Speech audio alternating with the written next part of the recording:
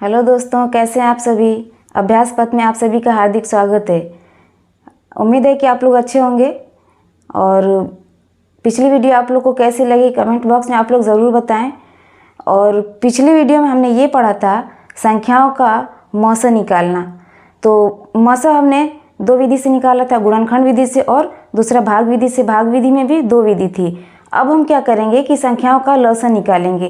तो लौसा निकालने के लिए भी हमें वही काम करना होगा। लौसा भी दो विधि से निकलता है, पहला गुणनखंड विधि से और दूसरा भाग विधि से। भाग विधि में भी दो विधि होती है, पहला भाग की प्रथम विधि और दूसरा भाग की द्वितीय विधि। तो सबसे पहले हम गुणनखंड विधि द्वारा संख्याओं का लौसा निकालना सीखेंगे। तो सबसे पहले लौसा निकालने से पहले ये जानिए आपकी लौसा होता क्या है। लौसा वो संख्या होती है, वो छोटी से छोटी संख्या लघुत्तम समापवर्तक। लघुत्तम का मतलब होता है छोटी संख्या, यानी कि छोटे से छोटा। वह छोटी से छोटी संख्या जो दी गई संख्याओं को पूरी तरीके से विभाजित कर ले। तो चलिए हम देखते हैं वीडियो में कि लौसा क्या होता है और संख्याओं का लौसा कैसे निकालते हैं। तो संख्या का लौसा निकालने के लिए पहले हम गुणनखंड विधि का प्रयोग करेंगे। तो चलिए देखते हैं संख्याओं का लौसा हम कैसे निकालते हैं। तो हमारा पहला है लौसा निकालने के लिए पहली विधि है संख्याओं का गुणनखंड विधि द्वारा लौसा निकालना। तो पहली विधि है हमारी गुणनखंड विधि द्वारा संख्याओं का लौसा निकालना। पहली विधि है हमारी गुणनखंड विधि। अब गुणनखंड विधि द्वारा हम संख्याओं का लौसा निकालेंगे। तो गुणनखंड विधि में क्या करना रहता है, जो संख्याएं दी गई थी उनका अभाज्य गुणनखंड करना रहता है। फिर उनकी जितनी अधिकतम घात होती है उनकी घात को लेकर के मल्टीप्लाई यानी कि गुणा करते हैं। तो चलिए देखते हैं हम एक क्वेश्चन। जैसे मान लीजिए कि 8, 12 और 20 है। ठीक है, क्वेश्चन है हमारा 8, 12 और 20। इसका क्या करना है, लौसा निकालना है, यानी कि लघुत्तम समापवर्तक। किस विधि से निकालना है, गुणनखंड विधि से। तो अब हम क्या करेंगे, संख्याओं का बारी बारी से गुणनखंड करेंगे, अभाज्य गुणनखंड करेंगे। तो पहले हम 8 का अभाज्य गुणनखंड करते हैं। कैसे लिखेंगे 8 का गुणनखंड, अभाज्य गुणनखंड क्या होगा, 2 गुणे 2 गुणे 2। उसके बाद क्या करेंगे हम 20 का गुणनखंड करेंगे। तो इसको क्या लिखेंगे, 2 गुणे 2 गुणे 3, यानी कि 2 दूना के 4 3 12।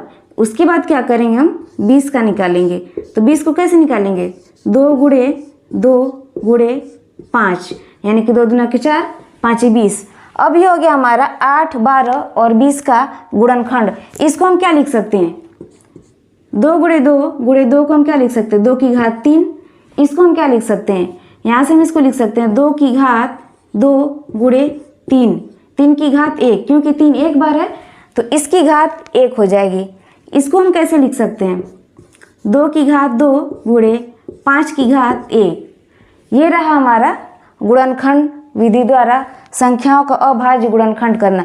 अब हम क्या करेंगे कि तीनों में से हम ये देखेंगे कि जिस संख्या की घात सबसे ज़्यादा होगी या अधिकतम होगी उन्हीं संख्याओं को लेंगे। तो देखिए यहाँ पे 2 है, 3 है और 5 है। तो 2 की अधिकतम घात 3 है, यहाँ पे 2 की अधिकतम घात 2 है, यहाँ पे 2 है। इन सब में से हम ये देखेंगे कि तीनों में से मिला करके या जितनी भी संख्याएं दी गई हैं उनके गुणनखंड में से हम ये देखेंगे कि अधिकतम घात क्या है।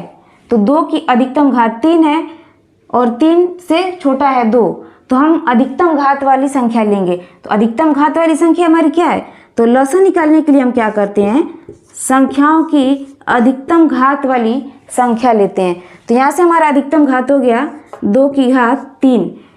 अब जो उससे कम वाली होगी उसको क्या करेंगे, हम छोड़ देंगे। अब 2 के बाद हम 3 पे आते हैं। तो 3 पे अधिकतम घात कितनी है, 3 है। 3 पे अधिकतम घात 1 है, क्योंकि उसके बाद और कहीं 3 है ही नहीं। यदि 3 की घात 2 होती तो हम 2 लिखते, लेकिन यहाँ पे क्या है कि 3 की अधिकतम घात 1 है। इसी तरह से 5 लेंगे, 5 सिर्फ यहीं पे है, बाकी और कहीं 5 है ही नहीं। तो 5 की घात 1, 5 की अधिकतम घात 1 है। इसी तरह हम 5 को भी लिखेंगे। अब यहाँ पे क्या हो जाएगा हमारा, 2 की घात 3 क्या होगा, 2 गुणे 2 गुणे 2, यानी कि 8 हो जाएगा। यहाँ से क्या हो जाएगा हमारा 3 और यहाँ से 5। यहाँ पे क्या होगा कि 8 3 24 और 5, यानी कि 24 में हम 5 का गुणा करेंगे तो यहाँ से 5 थे 15 और 15 आठे 120, 15 आठे 120। ये हो गया हमारा संख्याओं का लसाअ 8, 12 और 20 का लसाअ, यानी कि लघुत्तम समापवर्तक। यही हो गया हमारा अभिष्ट लसाअ। फिर से देख लीजिए, भाग विधि, गुणनखंड विधि द्वारा संख्याओं का लसाअ निकालना। जो संख्याएं दी होती हैं उनका हम अभाज्य गुणनखंड करते हैं। अभाज्य गुणनखंड हमारा हो गया 8 का। अब इसमें क्या करेंगे, हम 2 को कैसे लिख सकते हैं, 2 को या 3 को या 4 को जितनी बार हम गुणा करेंगे उसको उतनी घात लगा देंगे। तो यहाँ पे 2 की घात, 2 को हमने 3 बार गुणा किया है, 2 की घात 3 हो गई। इसी तरह से 12 का अभाज्य गुणनखंड किया गया है, तो 2 को कितनी बार यहाँ पे गुणा किया गया है, 2 को 2 बार गुणा किया गया, तो 2 की घात 2 लिखेंगे और यहाँ से एक 3 बच रहा है, यानी कि 3 की घात यहाँ पे 1। और यही काम यहाँ पे करेंगे, 2 को 2 बार गुणा किया गया तो 2 की घात 2 हो गई और 5 की घात 1 हो गई। इसी तरह से उसके बाद हम क्या करेंगे, यहाँ पे जितनी अधिकतम घात होगी, जैसे 2, 3, 5 है, अब 2 की अधिकतम घात यहाँ पे 3 है, इन सब में से हम चेक करेंगे, यहाँ पे 2 है, यहाँ पे 2 है, यहाँ पे 3 है, यानी कि 2 की अधिकतम घात 3 है। तो जो अधिकतम घात वाली संख्या होगी उसको हम लिख लेंगे। उसके बाद उससे आगे बढ़ेंगे, तो आगे बढ़ेंगे तो 2 के बाद 3 आता है। अब 3 की अधिकतम घात 1 है, क्योंकि उसके बाद और कहीं 3 है ही नहीं, तो इसको हम लिख लेंगे 3 की घात 1। फिर वही काम यहाँ भी करेंगे, 5 की अधिकतम घात 1 है। अब हम क्या करेंगे, सब लिखने के बाद इनको गुणा कर देंगे, तो 2 की घात 3 बराबर 8 और 3 गुणे 5, तो 5 × 15 वाटे 120, यानी कि जो संख्याएं दी गई हैं इनका लघुत्तम समापवर्तक 120 हो गया। यही हमारा आंसर हो गया। अब इसी तरह से और भी संख्याएं हमें दी गई होंगी तो हम ऐसे ही निकालेंगे। जितनी भी हमें संख्या दी गई होंगी तो गुणनखंड विधि द्वारा हम क्या करेंगे, संख्याओं का लसाअ ऐसे ही निकालेंगे। अब हम क्या करेंगे, इसके बाद हम क्या करेंगे कि संख्याओं का लसाअ निकालने के लिए भाग विधि का प्रयोग करेंगे। अब भाग विधि में भी 2 विधि होती है, पहली तो भाग की प्रथम विधि और दूसरी भाग की द्वितीय विधि। तो सबसे पहले हम क्या करेंगे, भाग की प्रथम विधि द्वारा संख्याओं का लसाअ निकालेंगे। तो जनरली हम क्या करते हैं कि भाग की प्रथम विधि द्वारा ही संख्याओं का लसाअ निकालते हैं। भाग की द्वितीय विधि में ये होता है कि सबसे पहले संख्याओं का मसा निकालते हैं, उसके बाद हमें 2 संख्याएं दी गई होती हैं, तो 2 संख्याओं का गुणा और प्लस बराबर एक संख्या का लसाअ गुणे मसा। तो उसमें से 2 संख्याएं दी गई होंगी और एक संख्या का हम और दोनों संख्याओं का मसा निकाल लेंगे। जब 3 चीज़ें हमें मालूम होंगी तो उस हिसाब से हम संख्याओं का लसाअ या मसा निकाल लेंगे। या तो लसाअ दिया गया हो तो हम मसा निकालेंगे, या फिर मसा दिया गया होगा तो लसाअ निकालेंगे। तो चलिए हम पहले भाग की प्रथम विधि द्वारा संख्याओं का लसाअ निकालेंगे। तो चलिए देखते हैं।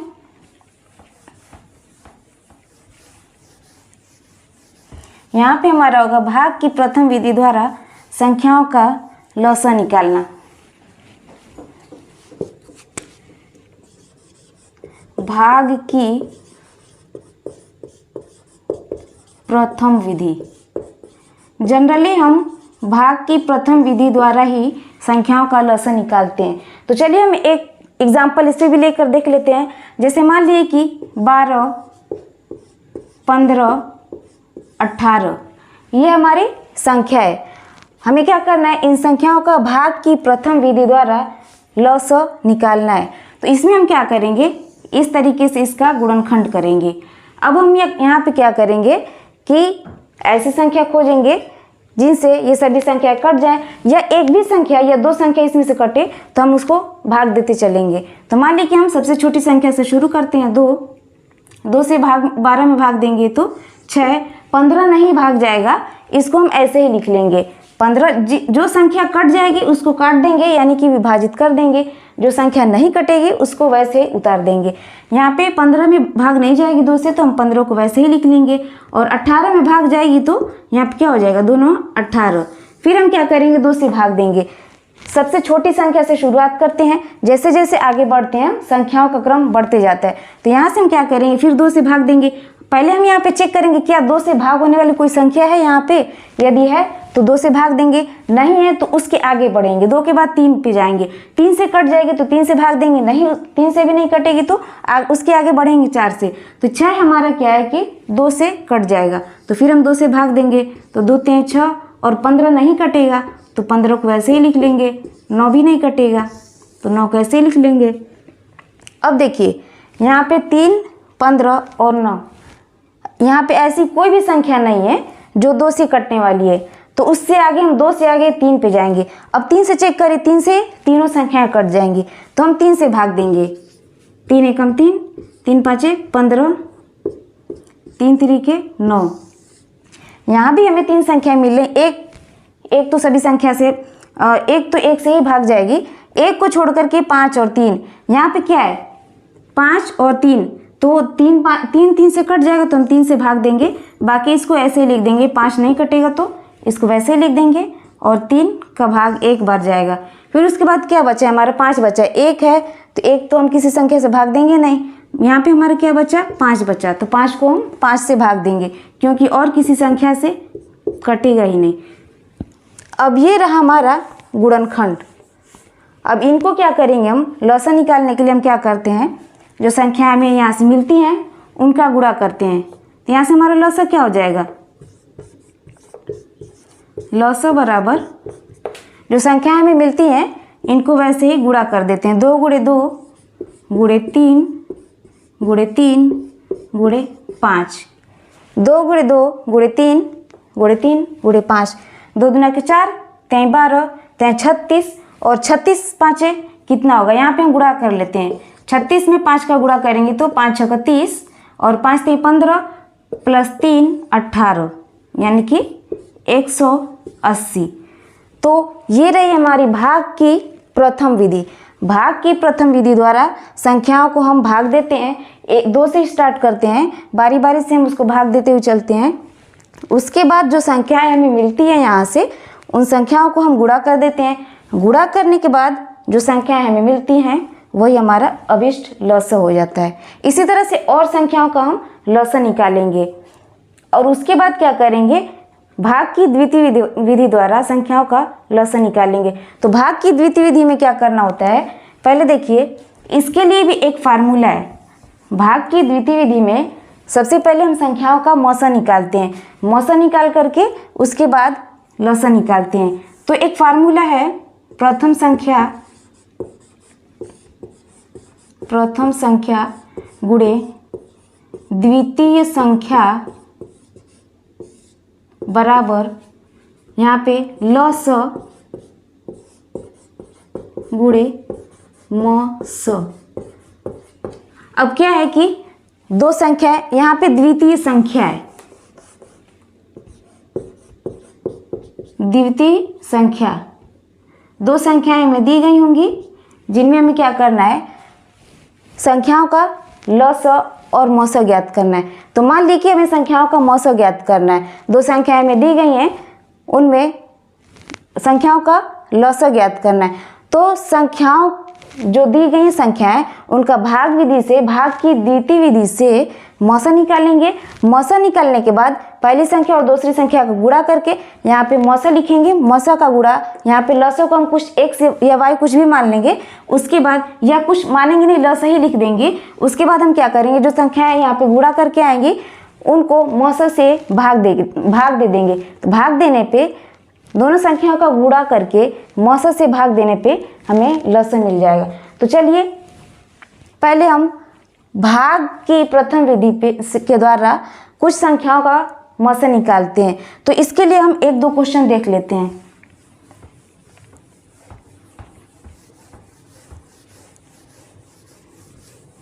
इसके बाद जब भाग की प्रथम विधि द्वारा हम संख्याओं का मौसा निकाल लेंगे तो उसके बाद भाग की द्वितीय विधि द्वारा, भाग की द्वितीय विधि द्वारा बहुत कम ही यूज़ किया जाता है क्योंकि आसान भाग की प्रथम विधि ही पड़ती है और यही यूज़ भी किया जाता है। तो चलिए हम इस पे कुछ साधारण प्रश्न कर लेते हैं। लसा से हम कुछ साधारण प्रश्न कर लेते हैं। एक क्वेश्चन है, वह छोटी से छोटी संख्या ज्ञात कीजिए।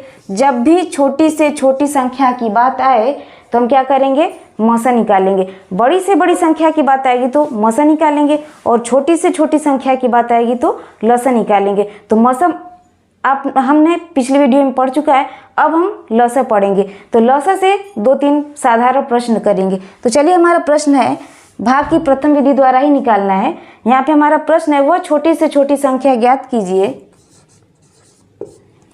वह छोटी से छोटी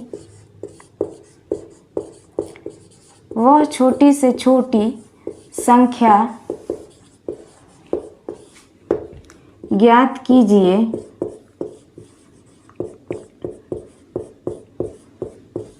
वह छोटी से छोटी संख्या ज्ञात कीजिए जो 18, 21, 24 और 27 को, जो 18, 21, 24 और 27 को पूरी तरीके से विभाजित करे, पूरी तरीके से या पूरी तरह से विभाजित करे।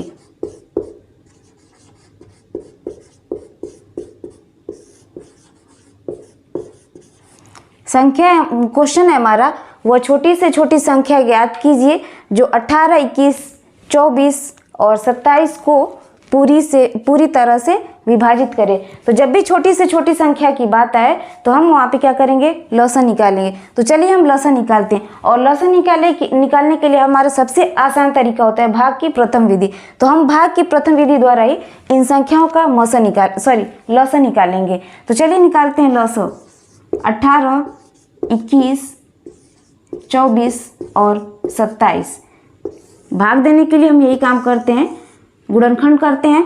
सबसे पहले 2 से हम ट्राई करते हैं, 2 से भाग जाती है जिन जिन संख्याओं की, उनको भाग देते हैं, बाकी वैसे ही उतार देते हैं। तो 2 से भाग देते हैं। यहाँ पे दोनों 18, 21 नहीं भाग जाएगा, 21 में 2 से भाग नहीं जाएगा तो 21 को वैसे ही लिख देंगे। 24 में यहाँ से क्या होगा 12, 27 में भाग नहीं जाएगा, इसको ऐसे ही लिख देंगे।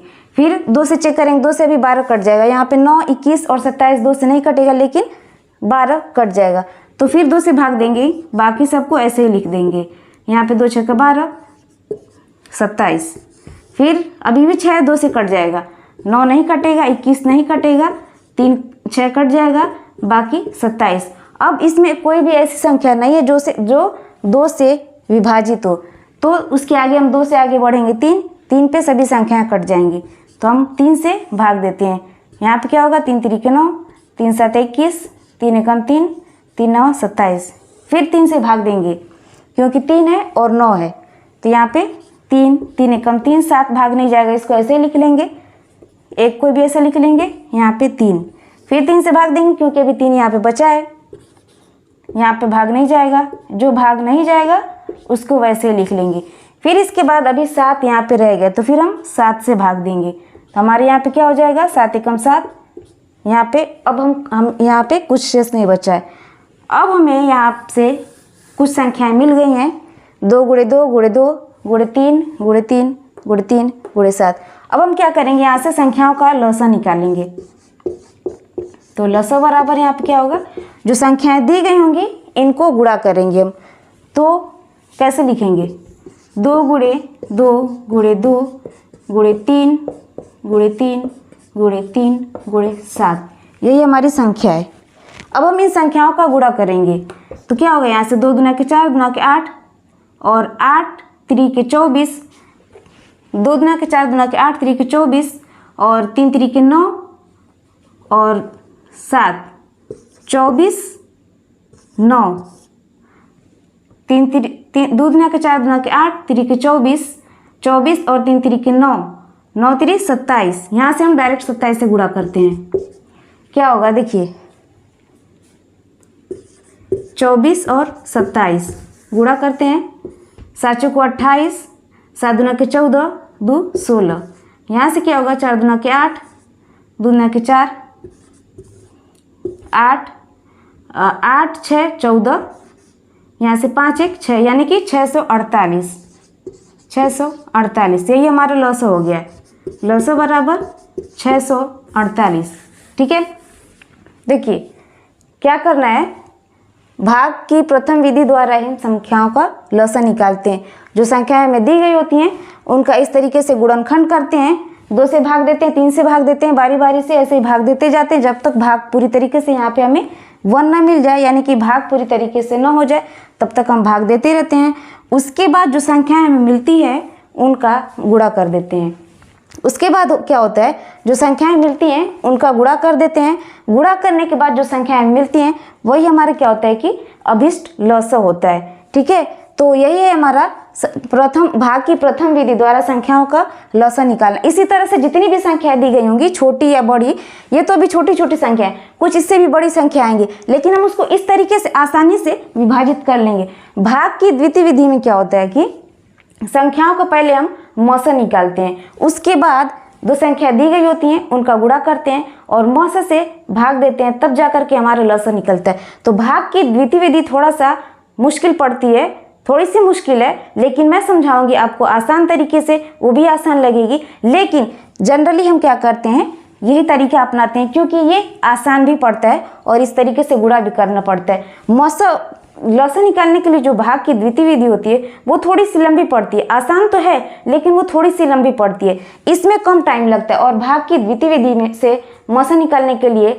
थोड़ा टाइम ज़्यादा लगता है क्योंकि वो जो है कि लंबी विधि है, इस वजह से उसमें टाइम ज़्यादा लगता है। तो हम क्या करते हैं, आसानी से इसी से निकाल लेते हैं। तो यही आसान तरीका है। अब इससे आसान तरीका नहीं हो सकता है, बिल्कुल आसान तरीके से आपको समझाया गया है। संख्याएं में दी गई होंगी, भाग की प्रथम विधि द्वारा ही हम संख्याओं का लसन निकालेंगे। तो चलिए, आज की वीडियो कैसी लगी देख लीजिए। बहुत ही आसान तरीके से हमने आपको समझाया है और भी आसान तरीके से समझाऊंगी। आगे आप लोग को एक एक पॉइंट, एक एक चीज़ बताती चलूँगी, क्योंकि जो बच्चे नए हैं, नए शुरुआत किए हैं तैयारी करने की कोई भी एग्ज़ाम की, तो उनके लिए क्या होता है कि मैथ समझना थोड़ा सा मुश्किल होता है, उन्हें मैथ से डर लगता है। लेकिन यहाँ पे डरने की ज़रूरत नहीं, आपको बिल्कुल ज़ीरो से सिखाया जा रहा है। यहाँ पे एक एक चीज़ आपको सिखाई जाएगी और सब कुछ बताया जाएगा। धीरे धीरे पढ़ते पढ़ते एक दिन आपको ऐसा लगेगा कि आपको भी मैथ बहुत अच्छे से आने लगा है, बिल्कुल भी डर नहीं लगेगा। तो जुड़े रहिए हमारे साथ, ऐसे ही पढ़ते रहिए। और वीडियो कैसी लगी कमेंट बॉक्स में ज़रूर बताएं। यदि वीडियो अच्छी लगती है तो लाइक करें, शेयर करें और चैनल को सब्सक्राइब करें। धन्यवाद।